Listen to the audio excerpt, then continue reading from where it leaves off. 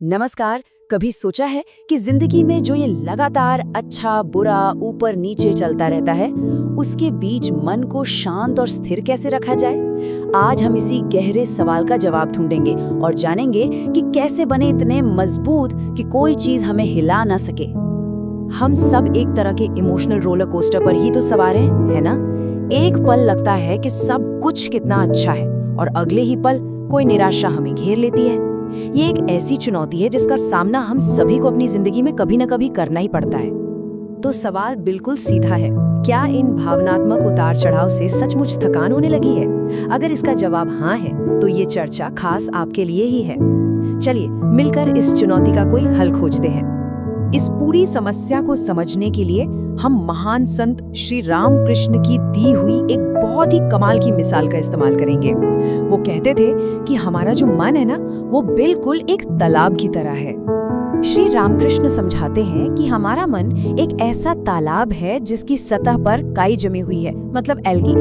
लेकिन कमाल की बात यह है कि उस काई को बस जरा सा हाथ से हटाने की देर होती है और नीचे का साफ चमचमाता हुआ पानी दिखने लगता है। पर जैसे ही हम अपना ध्यान कहीं और लगाते हैं, वो काई नाचती हुई वापस आ जाती है और सब कुछ ढक लेती है। चलिए इस मिसाल को और गहराई से समझते हैं। एक तरफ है वो काई। ये काई क्या है? ये है हमारे मन में पल पल आने जाने वाले विचार, हमारी निराशाएं, हमारा जोश और दिन भर के छोटे मोटे भटकाव। और दूसरी तरफ है वो साफ पानी। ये है हमारी शुद्ध, शांत और कभी न बदलने वाली चेतना, हमारा असली स्वरूप। तो यहाँ एक बहुत ही दिलचस्प सवाल उठता है, अगर ये साफ चेतना हमेशा हमारे अंदर ही है, तो फिर इसे देख पाना, महसूस कर पाना इतना मुश्किल क्यों है? इसी पहेली को खुला रहस्य यानी ओपन सीक्रेट कहा गया है। तो ये खुला रहस्य आखिर है क्या? देखिए, चेतना खुली यानी ओपन इसलिए है क्योंकि वो हर पल बिना किसी मेहनत के हमारे पास मौजूद है। लेकिन ये एक रहस्य यानी सीक्रेट भी है क्योंकि हमारा सारा का सारा ध्यान तो हमेशा बाहर की दुनिया पर, दूसरी चीजों पर ही लगा रहता है। अब इस पूरे खेल को ना एक बड़े ही आसान से फॉर्मूले में फिट किया जा सकता है। C+O = E, मतलब कॉन्शियसनेस यानी चेतना, उसमें जब जुड़ता है कोई ऑब्जेक्ट यानी कोई वस्तु या विचार, तो उससे बनता है एक एक्सपीरियंस यानी अनुभव। और सारा राज यही छिपा है। हमारा पूरा का पूरा ध्यान O यानी ऑब्जेक्ट और E यानी एक्सपीरियंस पर ही रहता है।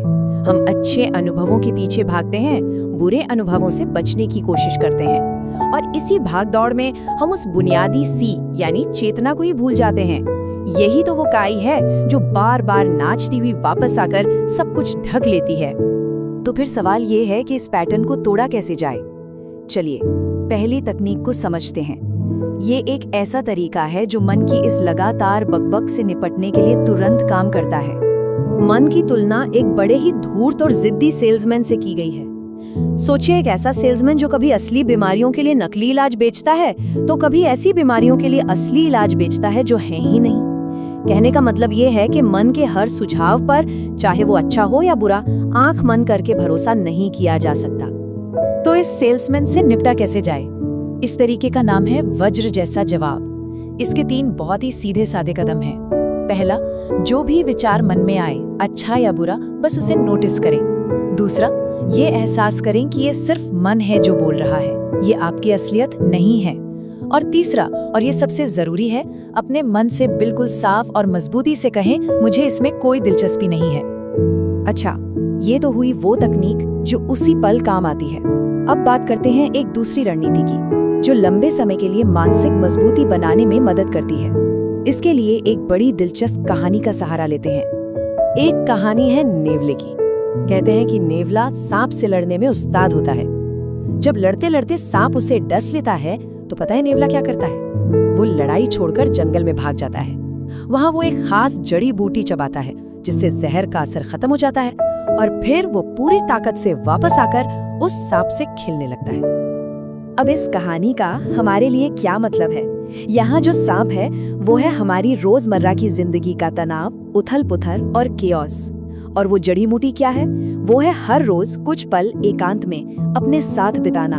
हर सुबह और शाम दुनिया के इस सांप से कुछ देर के लिए दूर हटकर अपने अंदर की शांति की जड़ी बूटी को चबाना। यही अभ्यास हमें तनाव के जहर से लड़ने की असली ताकत देता है। तो इस सब का असली मकसद क्या है, ये समझना बहुत बहुत जरूरी है कि इन तकनीकों का लक्ष्य जिंदगी से भागना नहीं है, बल्कि जिंदगी को और भी बेहतर और भी पूरे दिल से जीना है। तो सबसे अहम बात यही है कि लक्ष्य उस सांप से भागना नहीं है, बल्कि इतना मजबूत बन जाना है कि उसके साथ खेला जा सके। और ये समझ सिर्फ किताबी नहीं हो सकती, इसे असली दुनिया की कसौटी पर परखना ही पड़ेगा। और ये हमें आखिरी और सबसे असरदार बात पर लाता है।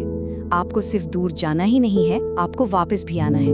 मतलब आध्यात्मिक अभ्यास जीवन से पलायन नहीं है, बल्कि ये अपने जीवन को और भी ज्यादा सार्थक और सुंदर बनाने का एक जरिया है। तो अंत में ये विश्लेषण हमें एक सवाल के साथ छोड़ जाता है। इस नई समझ को, इस आइडिया को अपनी रोज की जिंदगी में कैसे परखा जाएगा? इस सवाल का जवाब शायद आपके हर दिन को देखने का नजरिया ही बदल दे।